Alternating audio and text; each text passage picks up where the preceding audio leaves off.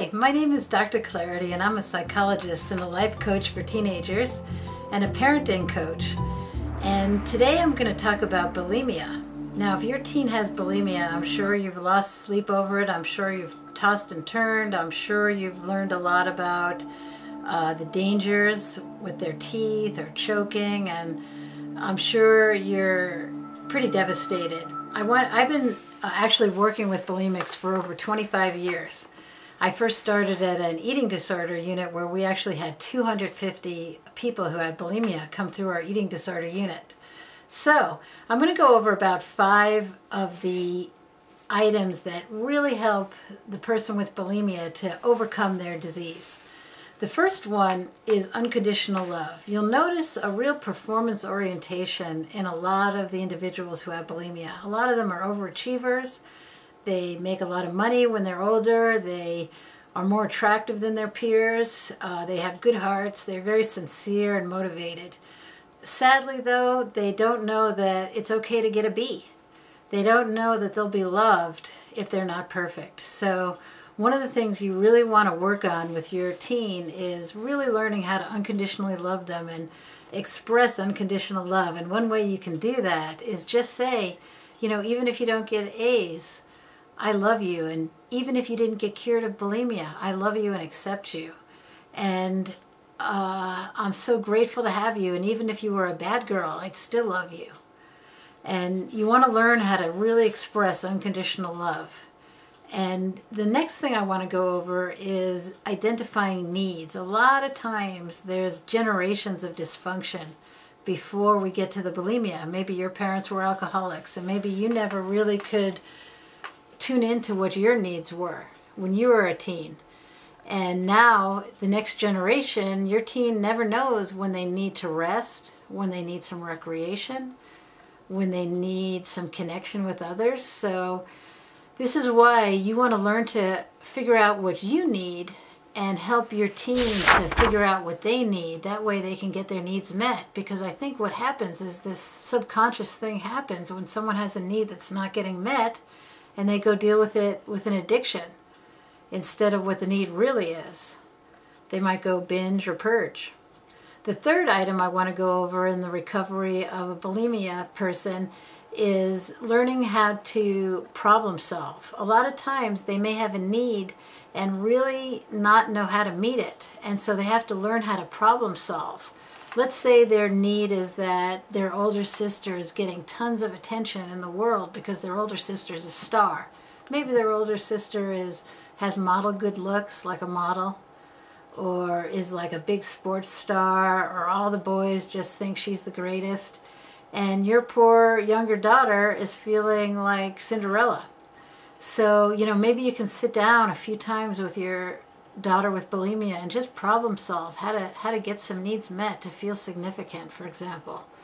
Whatever their need is, maybe sit down with them and brainstorm and experiment with different solutions. That's how we define problem solving, is brainstorming and then executing different solutions and seeing which one works. The next one I want to go over is self-criticism. Maybe you criticize yourself all the time and have generally negative self-talk all day long of the standard that you're not attaining in your life, wishing you made more money or were 10 pounds thinner or had more energy, or and maybe your child with bulimia has the same problem, and all day long there's negative self-talk going on in your child's mind. So this is something you can talk to your teenager about and just make it a game of learning how to be your own best friend. I mean, imagine if you made a decision as a parent to be your own best friend and you talk to your teen about a challenge. Next month, let's make next month be your own best friend month, and just keep talking about what it would be like to have a cheering section inside your mind, like little cheerleaders, that every time you do anything, it's like, wow, I got out of bed. Wow, I took a shower. Wow, I combed my hair. And imagine if you had that kind of self-talk going on in your mind, in your teenager's mind, instead of all this self-criticism. The next item I want to go over is a really huge topic, which is grieving. A lot of individuals have bulimia have some pretty big things they need to grieve. Maybe it's the divorce that you went through and all the losses your teen went through at that time.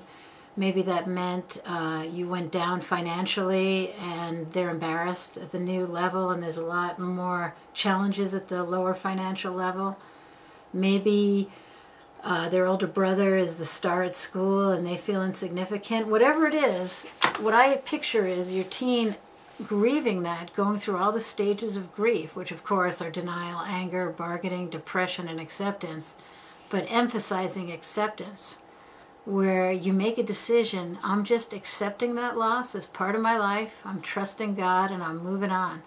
That somehow, even though I can't see the other side of the tapestry, as the saying goes, that this is going to turn out great for me, where you really accept these losses and don't just stay stuck in the depression or the anger or the bargaining where you're fighting it. No, it didn't happen.